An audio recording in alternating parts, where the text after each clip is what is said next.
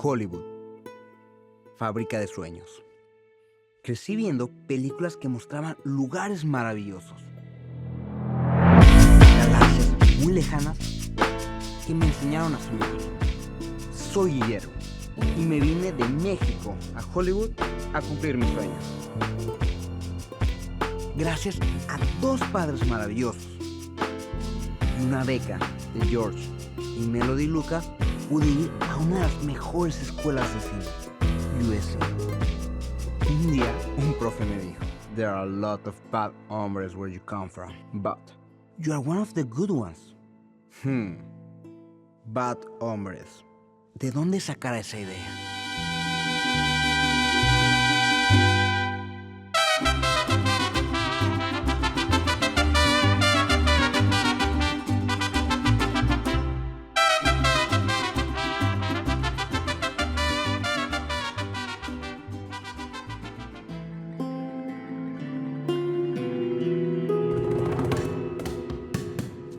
Eso me puso a pensar el lugar de un Latinx en Hollywood.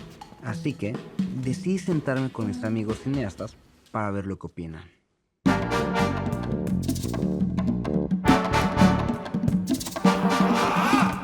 I don't know. I feel like it's a universal thing that all Latinos that are making art right now are actively fighting for that recognition and that love for our culture. It's survival. It's a fight against erasure. Can I just say I'm so grateful to be in a room of just Latinx people and have these type of conversations, because I feel like this generation needs to hear this. And not even this generation, you know, everyone needs to hear this. I think even having this conversation is already revolutionary in a sense. I mean, this is the first time I've ever sat at a, round table sort of thing with a half circle, this gathering with other, Latino filmmakers. I never talked so deep about filmmaking like this. Right, like these conversations don't happen among us. And I think nervous. Even doing this alone.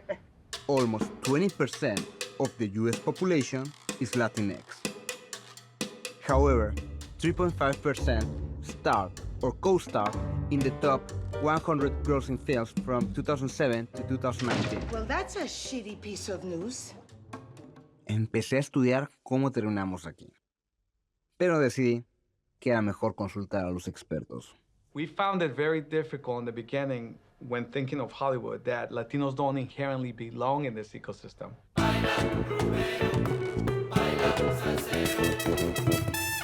But I found a fun fact that actually the beginning of Hollywood started with Latinos. For example, that land that happens to host the Hollywood sign used to be a ranch called La Nopalera. When you think of Culver City and you think of MGM Studios, who's now, it's Sony now, and it just so happens to sit on a land that used to be called El Rincón de los Bueyes.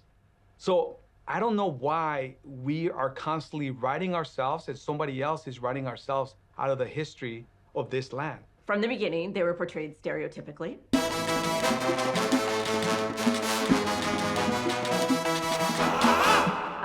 Usually as villains or clowns, the buffoon, the person who doesn't know anything, the maid.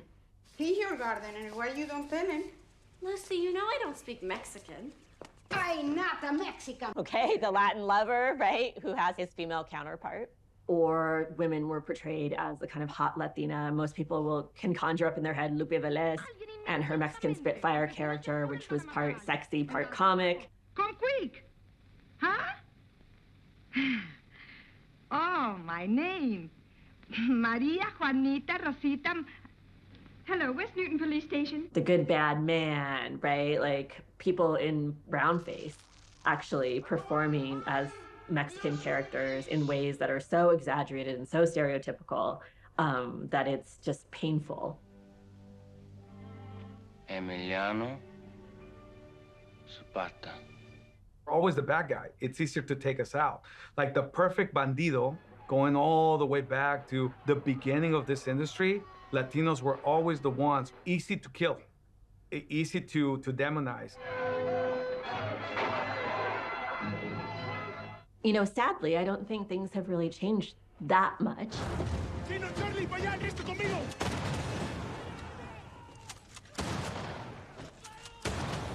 I recently saw a movie, for example, on a network it was about Miami being underwater, like in the future, it was a thriller, right? And I'm thinking, okay, knowing Miami and the makeup of that city, it's pretty much a lot of Latinos there. So in the future, even in 2050, somehow in this submerged Miami, Latinos don't exist either. Are you telling me that all Latinos got drowned?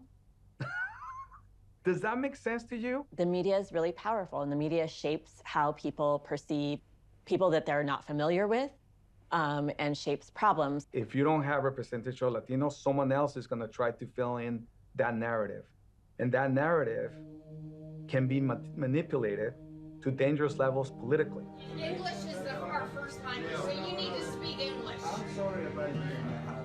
Well, I'm sorry about you too. Why? Get the out of my country. Honest people right here.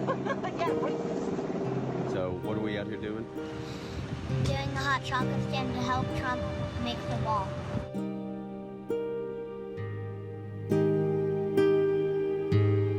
Let my parents be free.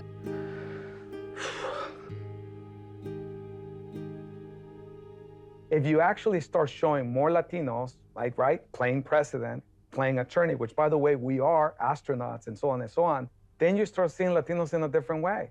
You're seeing them as humans. You're seeing them as your neighbors, no longer just as your nanny or someone who's cleaning your backyard. In 2019, 28% of the Latinx characters were criminals, 17% poor, 60% isolated, 21% angry or emotional. I was auditioning for this project, and I went in the room, and the casting director, he was just looking at me, and he goes, I don't know what to do with you because you don't look Mexican enough. I literally one day I remember hearing my agent on a phone being like, yeah, of course she's Latina. She's freaking Cuban.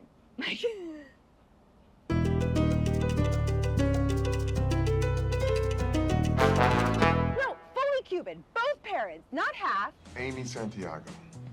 She's got 7 brothers, so she's always trying to prove she's tough.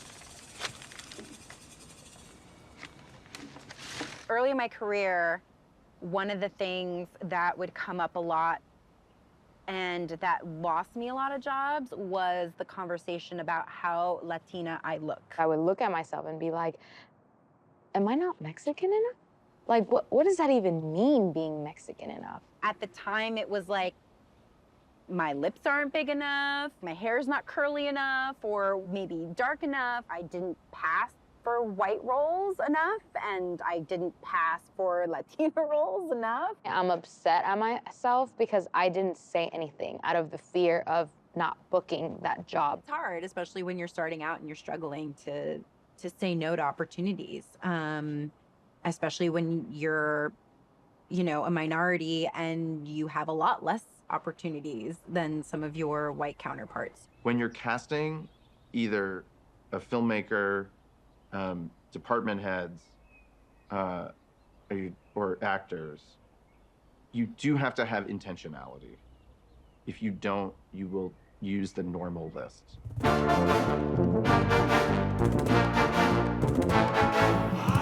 But I will tell you that every single time somebody sends me a list, like, these are the directors that we might go out to with this script. These are the actors that we're considering for these parts. I always say it's not diverse enough, because it never is.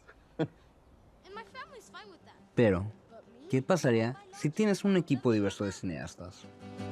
I am not like the rest of my family. Hola, Miguel. The first time I showed my son Coco, the first time that he saw Miguel, he literally turned back at me with his big old brown eyes and just smiled so wide. And he didn't say anything, but his smile was like, that little boy looks like me. Like, he's got big brown eyes and brown hair, and I've heard him speak Spanish, and we speak Spanish in this house. Like, there was already, and I was like, wow, even at 3, he's not able to articulate it. He didn't say he looks like me. He just was excited when he saw him. It was always my goal to make a film that little kids, Latino boys, Latino girls, could look up and say, that's me.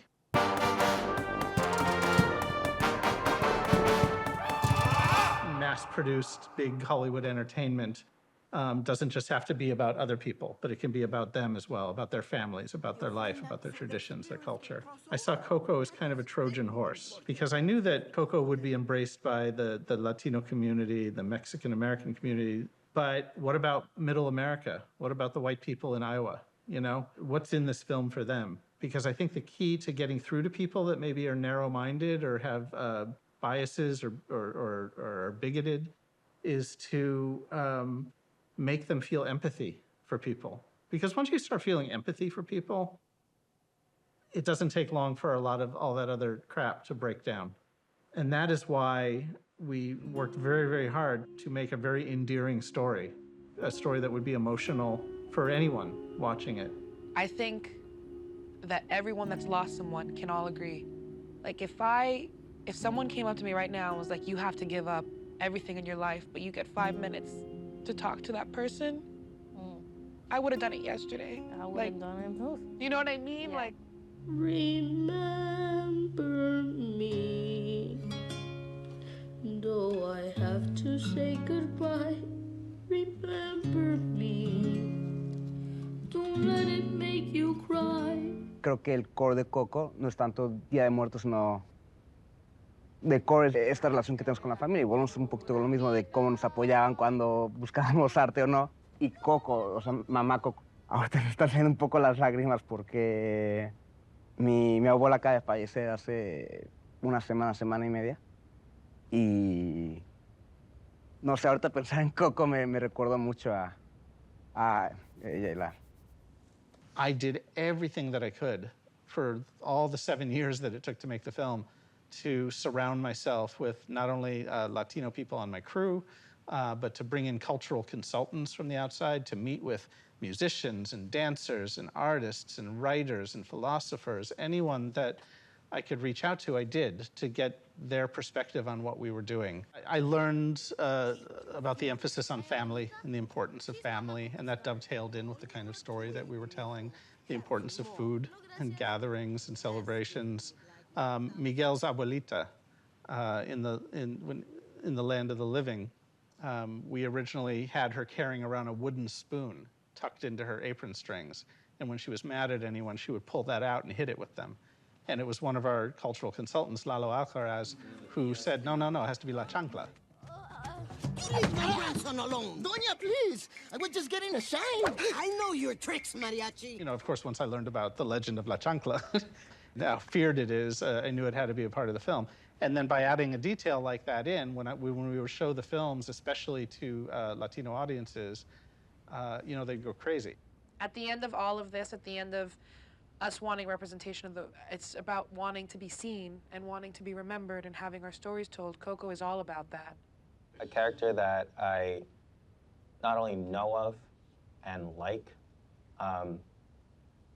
obviously the one that comes to mind, and you reminded me of that, is Miles Morales for Into the Spider-Verse. That's all it is, Miles. A leap of faith. Like, what's up, danger? Because I'm Afro-Latino and I have curly hair like Miles. I was surprised, honestly, that there wasn't more backlash. There weren't more people saying, Spider-Man is Peter Parker, which is code for Spider-Man is a white guy. Does everything we create have to have a cultural connotation or representation of us? And two, can we just create stories that characters just exist? It's just a story and not a whole representation of entire communities. In high school, there were 2 Spanish classes you could take, and one was for native Spanish speakers. And I would have gotten an A+ in the Spanish for English speakers class. But because I have an American father and we speak, you know, a lot more English in our household than any of the other kids in that class, I was the worst student in the Spanish for native Spanish speakers class. And so I was constantly embarrassed, as I am today, about my Spanish, which is like a really specific, narrow experience for like one kind of, you know, Latino person. But I loved that it was specific, and I put details like that in the script. I think that was the beauty of it. And again, these are questions that other people outside of our community or who are not people of color don't have to wrestle with.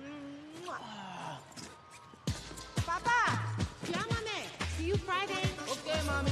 Hasta luego. The funny thing is, like, you don't watch Miles on screen and go like, oh, I can't relate to that guy because, you know, I'm not like a Boricua. Like, you go like, oh no, I relate to that guy because I know how it feels to like leave your neighborhood and go somewhere else and feel like you don't fit in. It's just the fact that it's so specified, it becomes really vibrant. And his emotional experience becomes really visible. Hey, good morning. How you doing? Weekend was short, huh? Oh my gosh, this is embarrassing. We wore the same jacket. Hey. Yeah? Your shoe's untied. Yeah, I'm aware. To our surprise, audiences totally understood what a multiverse was, and they were unsurprised by a Black Latino Spider-Man. They were like, yeah, of course. What's interesting is their parents might have been surprised, but the kids were not. And now there's a whole generation of kids who think Spider-Man speaks Spanish. The dark side of it is that if you do have a film like Coco that's successful, some studio executives might say, oh, well, we gave them that. They got a film. And now the pressure's off and we don't have to worry about that. We shouldn't have a Coco every 5 years. To be honest, we should have 30 Cocos, 50 Cocos every 6 months, because the industry can actually afford it. We could. I've known that I wanted to be a filmmaker since I was 3 years old. Yep. Somehow, I don't know why or how, I really don't. I understood that there was someone behind these images that I'm obsessed with, guiding the whole process. And I knew that that's who I wanted to be. And that's what I wanted to do with my life. And I'd never not wanted to do that. But the only people I could look up to wanting to be a filmmaker were really Alfonso Cuarón, Guillermo Del Toro, and Alejandro González Iñárritu. But ironically, like, I'm Dominican, they're Mexican, they're my parents' age. They could not be further away from my experience and my worldview. Esperen un segundo. Yo sí tuve una figura a quien mirar. Voy a tratar de encontrarlo.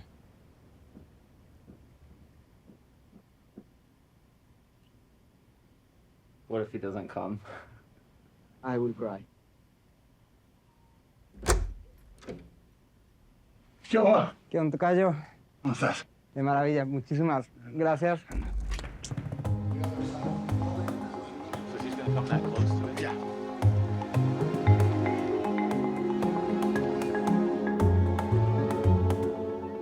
Es imposible explicar la barrera que tienes que romper para alguien que no sea latino. Y lo que sí te encontrabas mucho racismo muy abierto, muy abiertamente. O sea, por ejemplo, a mí me llegaban todas las historias de toreros, de narcos, de charros, de mariachis, del zorro. O sea, llegaban todos para uno que viene de un origen que es percibido de cierta manera. Y se tiene que romper esa barrera.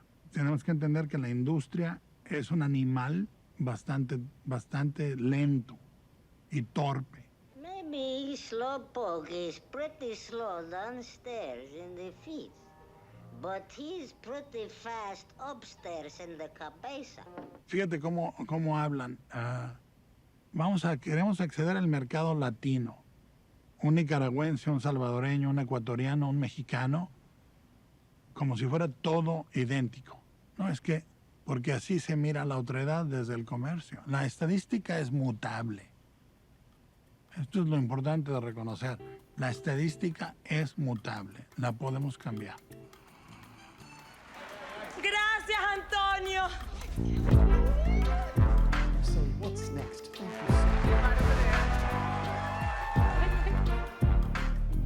Yo creo que eso es lo importante, que nos interesemos en hablar de nuestra otredad a la gente que nos ve como el otro, para que puedan compartir nuestra experiencia.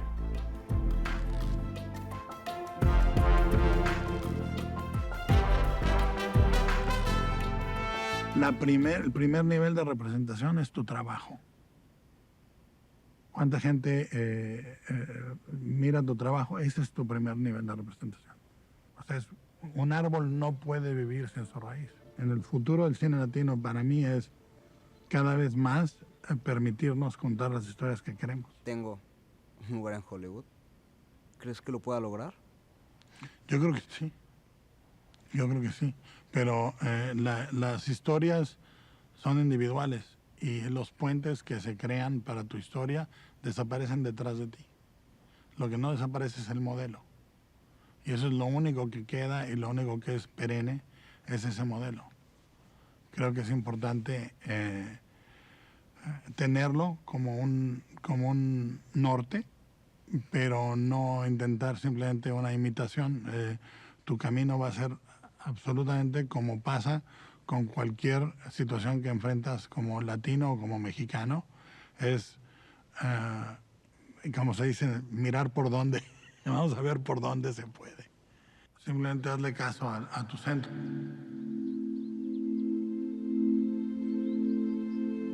It starts with trying to honor the story and do the best job that we possibly can, but also not to be afraid to start. I want to see fat Latinas and dark Latinas be the protagonists of romances and comedy. I want to see us as superheroes. I want to see us in period pieces. I want to see us in big budget movies.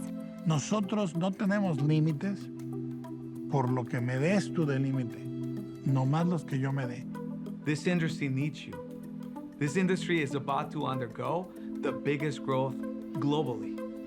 Why would you want to quit right now where we need you the most? I would like to see successful people, like changing the stereotype and see like Latinx people being successful. So the next generation can be sure about them, be like, yeah, I want to be like that. We need to start using our voices and fighting. And I know that we've all been fighting, but I mean really as a community being like, we're here.